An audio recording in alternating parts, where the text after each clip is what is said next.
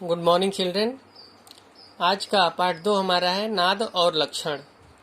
तो जैसा कि हम सुनते हैं कि नाद चैप्टर से तात्पर्य है कि आवाज़, चाहे वह किसी भी प्रकार की हो सकती है।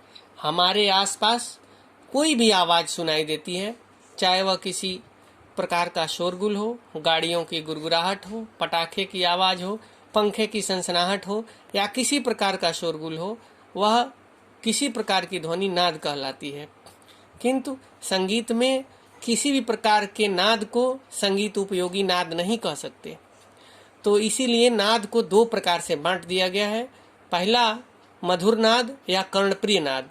इसका मतलब जो आवाज़, जो नाद हमारे कानों को प्रिय लगते हैं, जिनको सुनकर हम मस्त हो जाते हैं, हमें आनंद की प्राप्ति होती है, वही मधुर नाद कहलाता है, जिसका संगीत में प्रयोग होता है।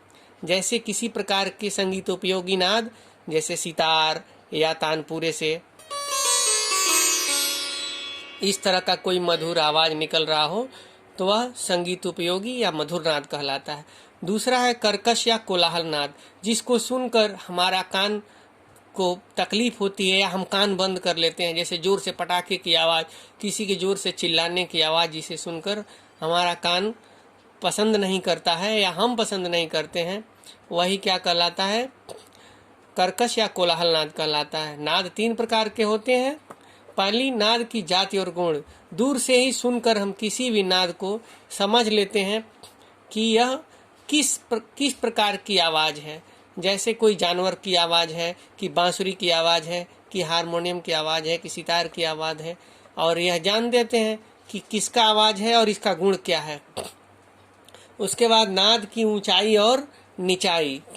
नाद की मतलब जब नाद की, जैसे कोई तार है, सितार है या तानपुरा है, इससे बहुत आसानी से आप समझ सकते हैं। जैसे आप देख सकते हैं, ये सितार का तार है, तो इसकी प्रति सेकेंड इस तार में ऐसे कंपन हो रहा है, आंदोलन हो रहा है जब हम छेड़ रहे हैं। तो जब सितार में आंदोलन संख्या प्रति सेकेंड कम होगी या किसी भी तार में, तो अनाद नीचा होता है। लेकिन आंदोलन संख्या जब ज़्यादा होगी, जैसे ये देख लीजिए, ये जल्दी, तो यह नाद ऊंचा कहलाता है। इट मीन्स जब आंदोलन संख्या प्रति सेकेंड ज़्यादा होगी, वाइब्रेशन, तो नाद ऊंचा, और जब वाइब्रेशन कम होगी तो नाद नीचा होगा। उसके बाद नाद का छोटा बड़ा होना।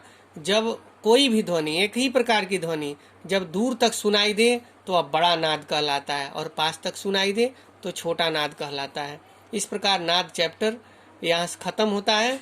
आपके लिए होमवर्क है कि आप एक प्यारा सा सुंदर सा गीत, जिससे आप सबको प्रिय लगे, आप किसी में परिवारजन को सुनाएंगे और कॉपी में नोट भी करेंगे और याद करेंगे, ताकि स्कूल खुलने के बाद, विद्यालय खुलने पर हम आपसे सुनेंगे।